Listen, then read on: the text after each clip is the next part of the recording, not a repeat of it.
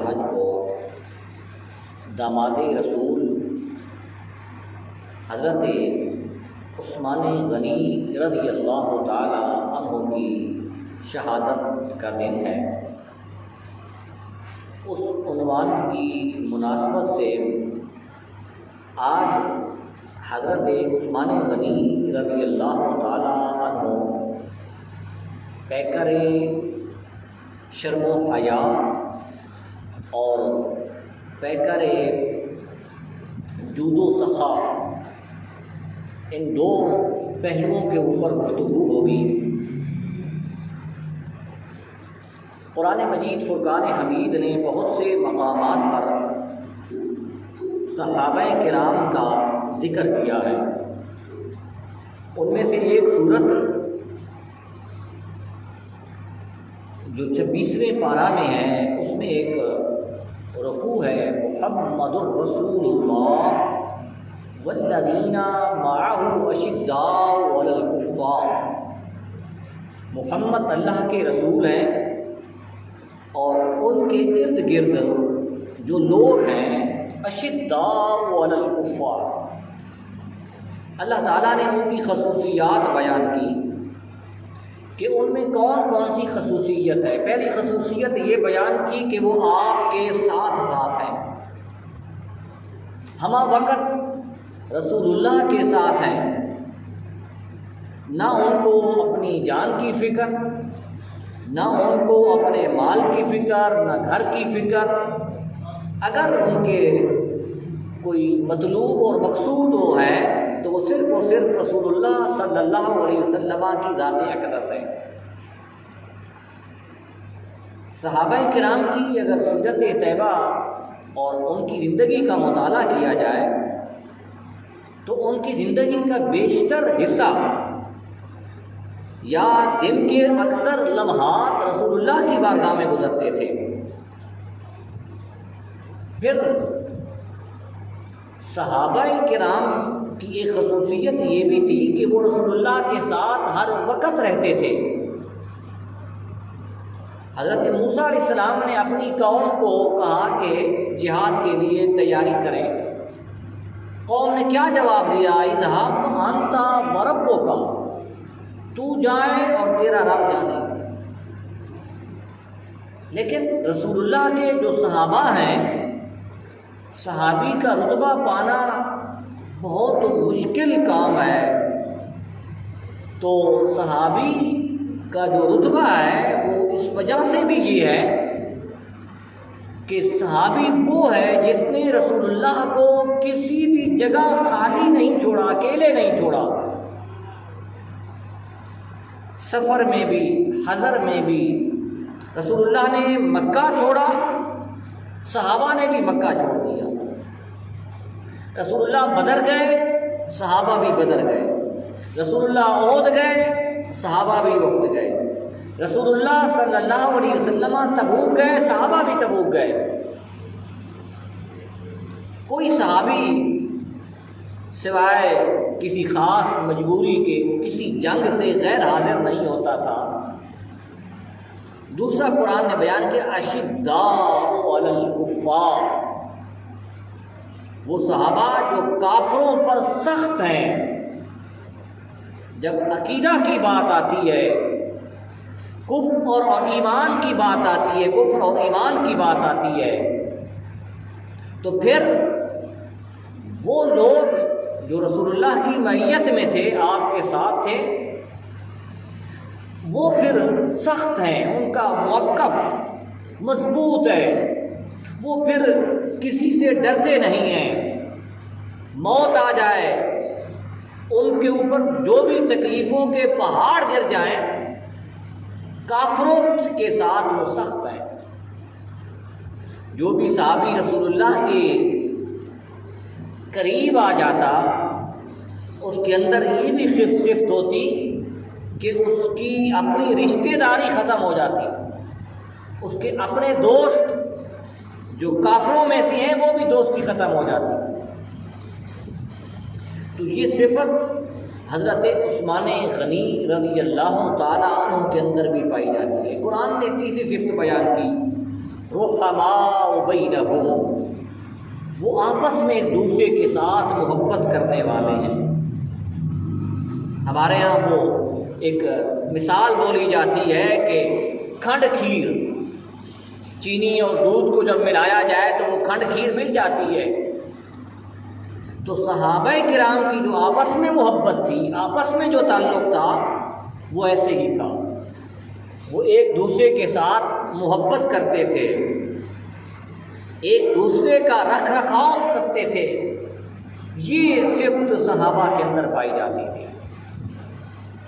چوتھی صفت بیان کی، تراہم رکعا سجدا یبتغون فضلا من اللہ ورضوانا، وہ صرف اور صرف ایماناً زباناً وہ پکے مومن اور مسلمان نہیں تھے، بلکہ عمل بھی ان کا کیا تھا؟ قرآن کہتا ہے کہ کبھی آپ ان کو دیکھو گے رکعاً، وہ رکوع کرتے رہیں گے، بڑے بڑے رکوعوں میں آپ ان کو پاؤ گے، سجداً سجود میں پاؤ گے، یبتغون فضلا من اللہ ورضوانا، وہ اللہ کا فضل اور اللہ کی رضا تلاش کرتے ہیں۔ میں اور آپ آج عبادت کرتے ہیں، اللہ راضی ہو جائے، ساتھ ساتھ ہمارے ذہن میں ہوتا ہے کہ ہم آگ سے بچ جائیں، جنت۔ صحابہ کی قرآن نے صفت بیان کی کہ وہ اللہ کا فضل اور اللہ کی رضا تلاش کرتے ہیں۔ یہی وجہ ہے کہ قرآن نے دوسرے مقام پر کیا فرمایا، رضی اللہ عنہم ورضوا عنہ، اللہ ان لوگوں سے راضی ہے اور وہ اللہ سے راضی ہے۔ یہ صفت عموماً، یہ صفات جو ہے عموماً صحابہ کی بیان کی، لیکن مفسرین نے لکھا ہے کہ رحماء بینہم سے مراد حضرت عثمان غنی رضی اللہ تعالیٰ عنہ ہے۔ عثمان کی بہت سی خصوصیات ہیں، حضرت عثمان غنی کی بہت سی خصوصیات ہیں۔ ایک لقب آپ کا ذو الحجرتین ہے، دو ہجرتوں والے۔ حضرت عثمان غنی کو یہ شرف حاصل ہے کہ اسلام کی خاطر دو دفعہ اپنا گھر چھوڑا ہے۔ آج میں اور آپ اور ہماری نسل جو ہے اس کی خواہش ہے کہ ہم یورپ جائیں، باہر کسی ملک میں جائیں، لیکن عثمان غنی رضی اللہ تعالی عنہ اپنا وطن چھوڑ کر کاروبار کی خاطر نہیں گئے، بزنس اور جاب کی خاطر نہیں گئے۔ عثمان گئے ہیں تو دین اسلام کے وہ تبلیغ کے لیے اور دین کو بچانے کے لیے۔ پہلی ہجرت حبشہ کی طرف کی، دوسری ہجرت پھر مدینہ کی طرف کی۔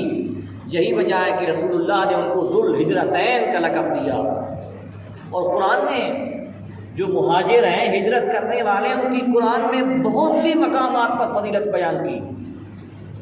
الذین آمنوا وہاجروا وجاہدوا فی سبیل اللہ، اللہ کی راہ میں جو ہجرت کرنے والے ہیں، وہ جہاد کرنے والے ہیں۔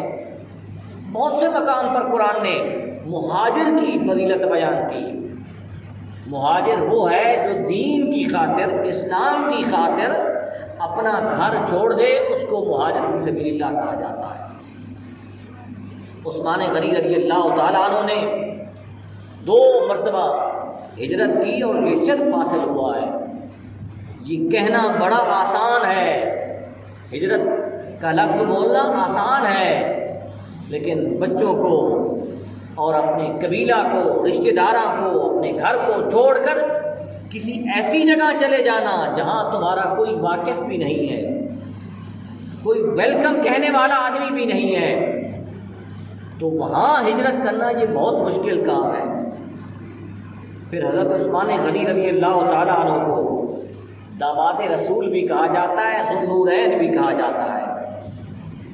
حضرت عثمان کو یہ اعزاز حاصل ہے کہ آپ کے گھر میں یکے بعد دیگری رسول اللہ کی 2 صاحبزادیاں عقد میں آئی ہیں، 2 صاحبزادیاں۔ رسول اللہ صلی اللہ علیہ وسلم کی بیٹیاں جو ہیں جس کے گھر میں موجود ہیں، اس گھر کی کیا شان ہوگی، کیا اس گھر کی فضیلت ہوگی، اور جس کو یہ شرف حاصل ہوا ہے اس کی کیا شان ہوگی۔ اس وجہ سے حضرت عثمان غنی کو ذوالنورین کہا جاتا ہے، دو نوروں والے۔ یہ نور سے مراد رسول اللہ کی دو صاحبزادیاں ہیں، دو بیٹیاں ہیں۔ حضرت عثمان غنی رضی اللہ تعالیٰ عنہ کی یہ خصوصیت یہ بھی ہے کہ عاشرہ مبشرہ میں سے ہے، اور بہت سے صحابہ کرام کو رسول اللہ نے جنت کی بشارت دی، لیکن عاشرہ مبشرہ 10 ایسے خوش نصیب صحابہ ہیں جن کو رسول اللہ نے کئی مرتبہ جنت کی بشارت دی۔ ایک مرتبہ رسول کریم صلی اللہ علیہ وسلم حضرت ابو موسیٰ اشعری کہتے ہیں کہ باغ میں موجود ہے، ایک باغ میں موجود ہے، وہاں رسول اللہ صلی اللہ علیہ وسلم نے مجھے فرمایا کہ آپ جائیں، جو باہر شخص پہلا آپ کو دروازے پر ملے اس کو جنت کی بشارت دے دو۔ حضرت ابوبکر صدیق آئے، ان کو حضرت ابو موسیٰ اشعری کہتے ہیں کہ میں نے جنت کی بشارت دے دی۔ پھر واپس آئے، پھر کہا کہ اب جو دوسرا آئے جی سب سے پہلے اس کو جنت کی بشارت دے دو جی، وہ حضرت عمر تھے۔ تیسرے نمبر پر حضرت عثمان غنی آ گئے، ان کے بارے میں بھی یہی کہا کہ ان کو جنت کی بشارت دے دو گی۔ جس کو رسول اللہ نے جنت کی دنیا میں ٹکٹ عطا کر دی ہے، گارنٹی عطا کر دی ہے، اور رسول اللہ کی زبان سے جو الفاظ نکلتے ہیں وہ قرآن کی زبان میں وما ينطق عن الهوى ان هو الا وحی یوحی، آپ کی زبان سے جو الفاظ نکلتے ہیں وہ اللہ کی طرف سے عطا کیے ہوتے ہیں، وہ نکلتے ہیں، آپ اپنی خواہش سے نہیں بولتے۔ حضرت عثمان غنی رضی اللہ تعالیٰ عنہ کا ایک شرف یہ بھی حاصل ہے کہ آپ شہید ہیں، شہادت کا رتبہ یہ پانا یہ بھی شرف کی بات ہے۔ موت تو آنی ہی آنی ہے، میں نے بھی مرنا ہے، یقیناً آپ نے بھی دنیا سے چلے جانا ہے، لیکن موت آئے ایسی موت ہو جس پر لوگ رشک کریں کہ ایسی موت ہمیں بھی مہیا ہو جائے، مل جائے۔ یہ کیا ہوا کہ ایک انسان دنیا سے جا رہا ہے، ایک محلے میں اعلان ہو گیا کہ فلاں شخص مر گیا ہے، جنازہ ہے، یہ موت نہیں ہے۔ موت وہ ہے کہ بندہ دنیا سے جائے، پھر دنیا والوں کو پتہ چلے کہ کوئی شخص دنیا سے چلا گیا ہے، اور شہید جو ہوتا ہے یہ زندہ ہوتا ہے۔ قرآن نے اس کو بیان کیا، حدیث مبارکہ میں بھی ہے، شہید کبھی مردہ نہیں ہوتا۔ حضرت عثمان غنی رضی اللہ تعالیٰ عنہ شہید ہیں۔ ایک دفعہ نبی کریم صلی اللہ علیہ وسلم احد پہاڑ کے اوپر تشریف لے گئے۔ جب آپ گئے احد پہاڑ وجد میں آ گیا، خوشی میں آ گیا، احد پہاڑ ہلنے لگا، کانپنے لگا۔ رسول اللہ نے احد پہاڑ کے اوپر اپنا قدم مبارک مارا، لگایا، کہا کہ احد رک جا، تجھے کیا ہو گیا ہے؟ تمہارے اوپر ایک نبی ہے، ایک صدیق ہے اور 2 شہید ہیں۔ نبی سے مراد خود رسول اللہ ہے، صدیق سے مراد حضرت ابوبکر صدیق ہیں، 2 شہیدوں سے مراد حضرت عمر اور حضرت عثمان غنی ہیں۔ یہ رسول اللہ نے اپنی دور حیات میں بتا دیا کہ عثمان شہید ہو جائیں گے۔ پھر ایک حدیث مبارکہ میں نے پڑھی تھی، رسول اللہ نے فرمایا کہ عثمان تیری موت کے بعد پھر دنیا میں امن نہیں آئے گا۔ حضرت عثمان غنی کی جب شہادت ہوئی، آپ تاریخ کا مطالعہ کریں تو پھر کیا ہوا کہ مسلمانوں میں جو جنگ و جدال آپس میں شروع ہو گیا، آپس میں جو جنگیں ہوئیں وہ حضرت عثمان غنی کے بعد ہوئی۔ اور عثمان کون ہے؟ جب حضرت عثمان غنی رضی اللہ تعالیٰ عنہ کا باغیوں نے محاصرہ کیا تو آپ نے فرمایا کہ میں مدینہ میں رسول اللہ کے اس پرامن شہر میں میں کسی کے ساتھ جنگ نہیں کرنا چاہتا، میں نہیں چاہتا کہ مدینہ کی گلیوں میں لوگوں کے خون بہیں۔ عثمان یہ نہیں چاہتا۔ یہی وجہ ہے کہ آپ اپنے گھر میں پہلے رہے اور پھر باغیوں نے آپ کا محاصرہ کر دیا، اور جب حضرت عثمان غنی رضی اللہ تعالیٰ عنہ کو اوپر سے چھت کے ذریعے سے وہ باغی اندر آئے اور انہوں نے آپ کو شہید کیا، تو عثمان غنی رضی اللہ تعالیٰ عنہ قرآن پڑھ رہے تھے، یہ آیت پڑھ رہے تھے فَسَيَكْفِيكَهُمُ اللَّهُ، کہ اللہ ہی کافی ہے۔ اور تاریخ اور سیرت کی کتابوں میں بھی لکھا ہے کہ عثمان غنی کے خون کا پہلا قطرہ قرآن کے اوراق پر گرا ہے، قرآن کے ورقوں پر گرا ہے۔ یہ عثمان غنی رضی اللہ تعالیٰ عنہ نے جو اپنے آپ کو بچائے رکھا جنگ سے کہ کہیں مدینہ میں جنگ نہ چھڑ جائے، مدینہ کے حرم، مدینہ کا تقدس، مدینہ کے ادب اور احترام کو برقرار رکھنے کے لیے عثمان غنی نے اپنی جان دے دی۔ یہ حضرت عثمان غنی رضی اللہ تعالیٰ عنہ کو شرف ہے کہ آپ شہید ہیں، صحابی بھی، شہید بھی، داماد رسول بھی، ذوالہجرتین بھی، ذوالنورین بھی۔ پھر یہی نہیں آئیں، اب عثمان غنی کے دو پہلو میں آپ کو بیان کرتا ہوں۔ دو پہلو عثمان غنی کی زندگی کے بڑے نمایاں ہیں۔ آج بھی اگر دیکھیں نا، کسی شخص کی زندگی کو دیکھیں، مطالعہ کریں یا پرانے لوگوں کو یاد کریں تو کوئی نہ کوئی اس کی اچھائی خاص جہت کی یاد آ جائے گی کہ فلاں سچ بولتا تھا، فلاں غریبوں کی مدد کرتا تھا، جی فلاں جو ہے اس کے اندر یہ عادت تھی۔ عثمان غنی کے اندر دو بڑی عادتیں تھیں، ایک تو یہ تھے کہ شرم و حیا والے تھے۔ شرم و حیا آج ہماری آنکھوں میں نہیں رہا۔ حضرت عثمان غنی جب چلتے تھے بازار میں، گلی میں جب جاتے تھے، عثمان غنی کی آنکھوں کے جو نظر ہوتی تھی وہ اپنے پاؤں کے اوپر جمی رہتی تھی۔ عثمان جب کسی سے بات کرتے تو سر نیچا کر کے بات کرتے۔ حضرت عثمان غنی بچے کا بھی وہی شرم و حیا یا ادب کرتے تھے جو بڑے کا کرتے تھے۔ یہ حضرت عثمان غنی رضی اللہ تعالیٰ عنہ کے اندر حیا بہت زیادہ پایا جاتا تھا۔ آج ہماری اولادیں جو ہے یا ہماری ینگ نسل جو ہے اس کے اندر شرم اور حیا ختم ہو گیا ہے۔ پرانے زمانوں میں آپ بھی سنتے ہیں، میں بھی سنتا ہوں کہ کوئی چھوٹا بچہ جو ہے اپنے باپ کے سامنے کوئی غلط حرکت نہیں کرتا تھا۔ آج دیکھ لیں، باپ اور بیٹا مل کر سگریٹ پی رہے ہیں، باپ اور بیٹا مل کر اور بہت سے کام کر رہے ہیں۔ یہ شرم اور حیا ختم ہو گیا ہے، چھوٹے اور بڑے کی تمیز ختم ہو گئی ہے۔ حالانکہ چھوٹوں کو چاہیے کہ والدین کے سامنے اونچی بات بھی نہ کریں، والدین کی جب محفل میں جائیں، بڑوں کی محفل میں جائیں تو بڑوں کی باتوں کو سنیں اور ان پر عمل کریں۔ پھر بڑوں کو بھی چاہیے کہ جب چھوٹے بیٹھے ہوں ان کے ساتھ پیار اور شفقت سے بھی پیش آئیں اور ایسی باتیں نہ کریں کہ جس سے چھوٹے اور بڑی کی تمیز ختم ہو جائے۔ ہم خود اپنے بچوں کو ٹرین کرتے ہیں غلط کاموں کی طرف، اور پھر ہمارا یہ سوشل میڈیا، موبائل، یہ جو آ گیا ہے اس نے بھی ادب اور احترام، شرم و حیا ختم کر دیا ہے۔ حضرت عثمان غنی رضی اللہ تعالیٰ عنہ کتنا شرم و حیا والے تھے۔ رسول اللہ نے فرمایا کہ میری امت میں سب سے زیادہ شرم اور حیا کرنے والے عثمان غنی ہیں۔ حضرت عثمان غنی امت میں سے سب سے زیادہ شرم و حیا کرنے والے ہیں۔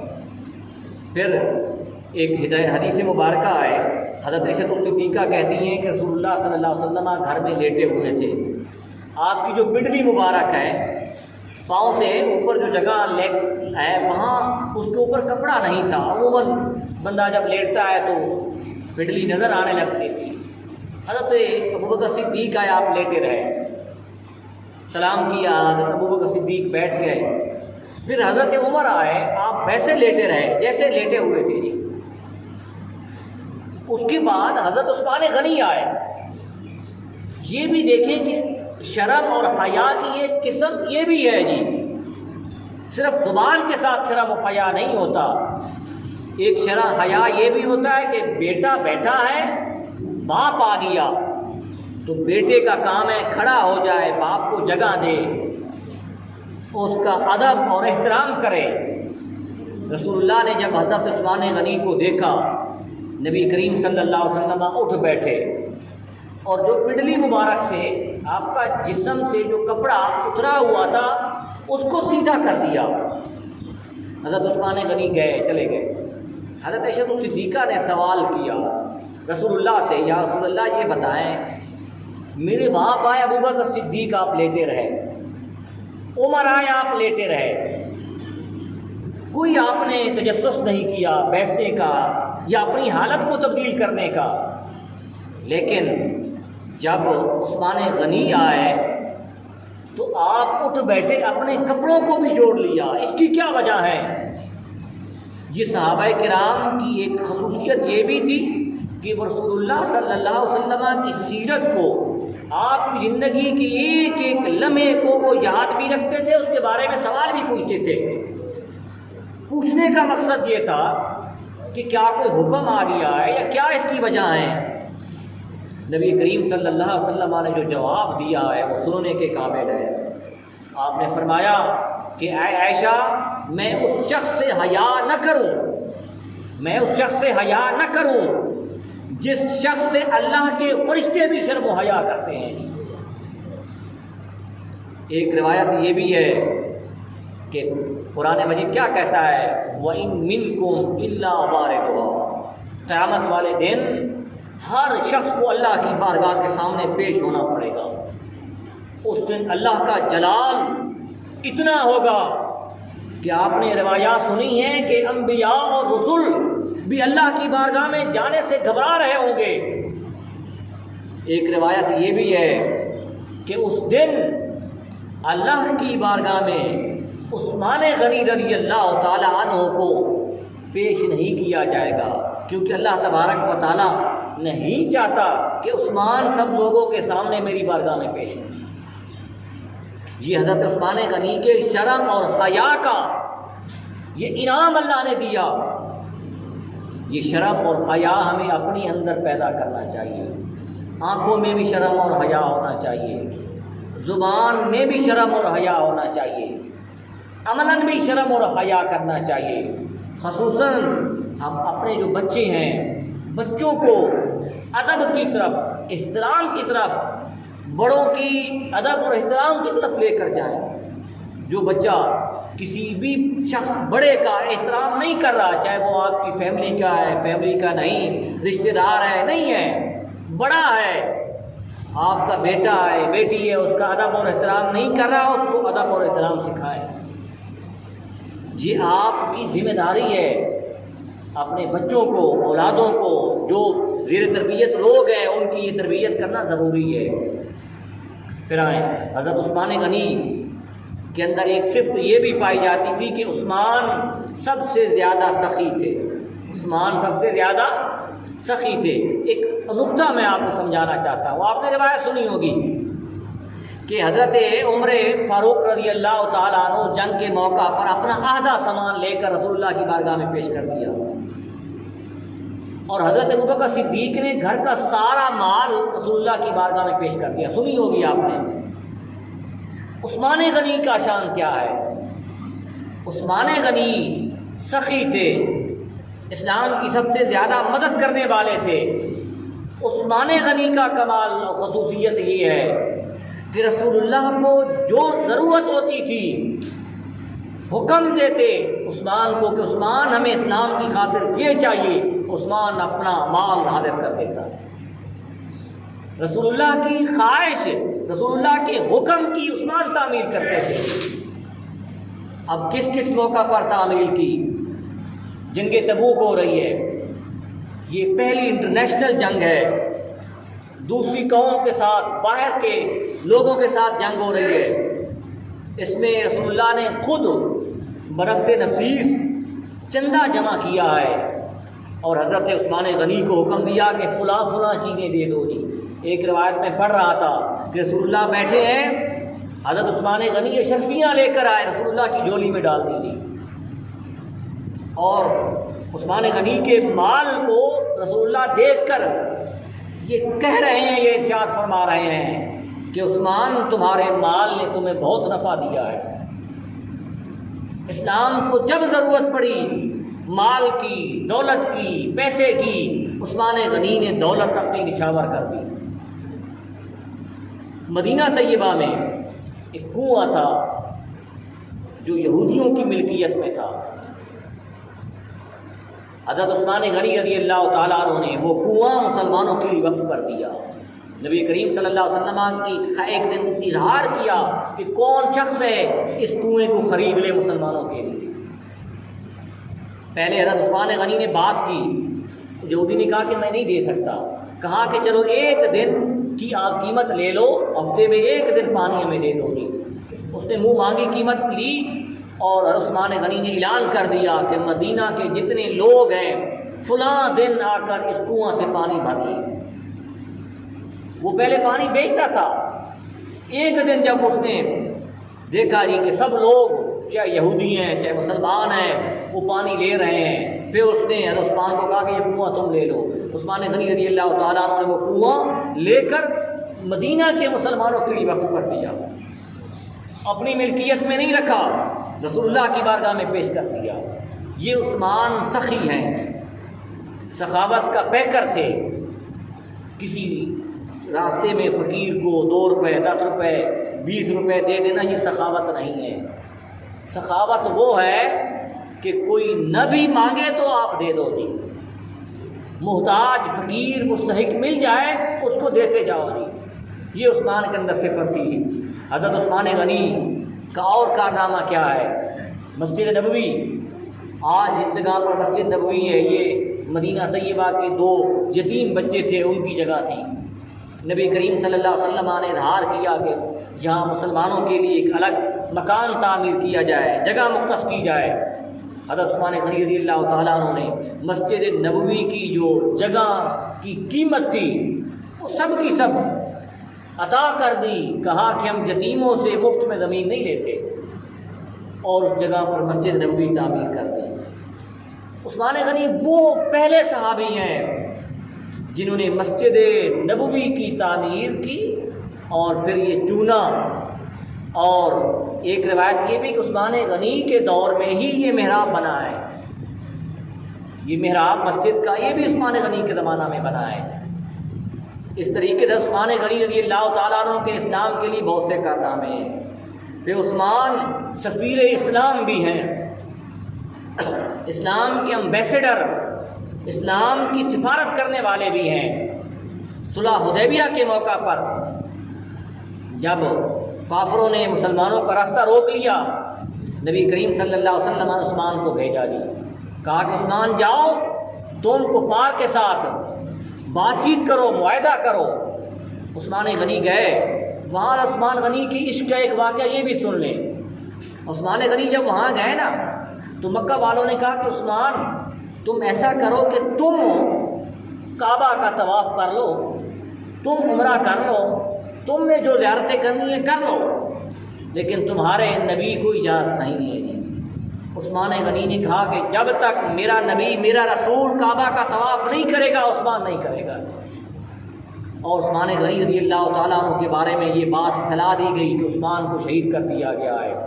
اللہ تعالیٰ نے قرآن مجید فرقان حمید میں حکم دیا لقد رضی اللہ عن المؤمنین اذ یبایعونک، کہ مسلمانوں نے 1400 صحابہ کرام نے رسول اللہ کے ہاتھ پر بیعت کی کہ ہم اس وقت تک نہیں جائیں گے جب تک عثمان کے خون کا بدلہ نہیں لیں گے۔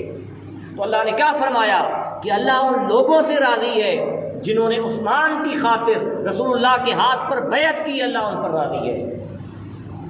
حضرت عثمان غنی رضی اللہ تعالیٰ عنہ کے بے شمار فضائل اور مناقب ہیں۔ اس حضرت عثمان غنی کی زندگی کے یہ 2 کارنامے آپ نے ذہن میں رکھنے ہیں، ایک سخی تھے اور ایک شرم اور حیا والے تھے جی۔ سخی ہونا یہ بھی انسان کی اچھائی ہے۔ ایک حدیث یہ بھی ہے کہ صدقۃ رد البلا، جب انسان کو صدقہ دیتا ہے مصیبت ٹل جاتی ہے۔ کوشش یہ کریں کہ عثمان غنی رضی اللہ تعالیٰ عنہ کی طرح وہ دکھلاوے کے لیے بھی کام نہیں کرتے تھے۔ ہمارے ہاں یہ بھی ہمارے اندر بیماری پیدا ہو گئی ہے کہ ہم 5 روپے دیں، پہلے اس کی تشہیر کرتے ہیں پھر بعد میں پیسے دیتے ہیں۔ عثمان غنی رضی اللہ تعالیٰ عنہ کی جو سخاوت تھی وہ شہرت کے لیے نہیں تھی۔ اس وجہ سے عثمان غنی نے اسلام کی خاطر مال خرچ نہیں کیا کہ لوگ یہ کہیں کہ عثمان سخی ہے، اللہ اس کی رضا کی خاطر کیا۔ دوسرا، عثمان غنی رضی اللہ تعالیٰ عنہ میں حیا تھا۔ آج دیکھیں ہماری سوسائٹی میں، معاشرہ میں حیا ختم ہو گیا ہے، شرم باقی نہیں ہے ہمارے اندر، بڑوں کا احترام ہمارے اندر نہیں ہے۔ چھوٹوں سے ہم جب بات کرتے ہیں تو ان کو گالی، ان کو اے کر کے بدتمیزی کے الفاظ کے ساتھ ان کو جب پکاریں گے، وہ بڑے ہو کر ان کی بھی یہی تربیت ہوگی۔ رسول اللہ صلی اللہ علیہ وسلم چھوٹوں کے ساتھ پیار اور ادب کے ساتھ پیش آتے تھے۔ تو یہ عثمان غنی رضی اللہ تعالیٰ عنہ کی زندگی کے کارنامے ہیں۔ آپ کی شہادت 18 ذوالحج کو ہے۔ اس مناسبت سے آج آپ کے فضائل اور مناقب بیان کیے ہیں۔ یہ جو اسلام کی جو نامور شخصیات ہیں، مشہور شخصیات ہیں، ان کا تذکرہ ہر سال اس وجہ سے کیا جاتا ہے کہ وہ ہمارے لیے مشعل راہ ہیں، ہمارے لیے ہدایت کا نمونہ ہے۔ ہم نے اپنی زندگی کو ان کی زندگیوں کے مطابق گزارنا ہے۔ جیسے انہوں نے زندگی گزاری ہم بھی اسی طریقے سے زندگی گزاریں۔ ان کی جو خصوصیات تھی زندگی کی وہ اپنے اندر پیدا کریں، تب جو ہے وہ ہم اس دنیا میں بھی کامیاب ہیں اور آخرت میں بھی کامیاب ہیں۔ دعا فرمائے کہ اللہ تبارک